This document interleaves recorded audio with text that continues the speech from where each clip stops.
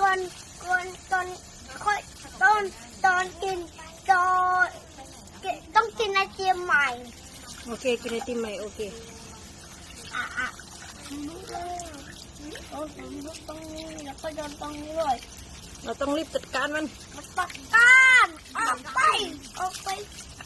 ตรงนี้ด้วยตรงนี้ด้วยตรงนี้ด้วยตรงนี้ด้วยกระเจี๊ยบตรงนี้ด้วยตรงนี้ด้วยตรงนี้เจี๊ยบกระโปงแม่จัดไม่ถูกเลยบัดเย็บบอกแม่นะแม่จัดไม่ถูก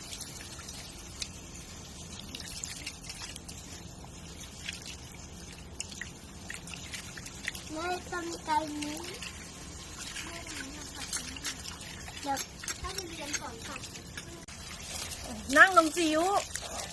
นั่งอยู่มันง่ายกว่าลูก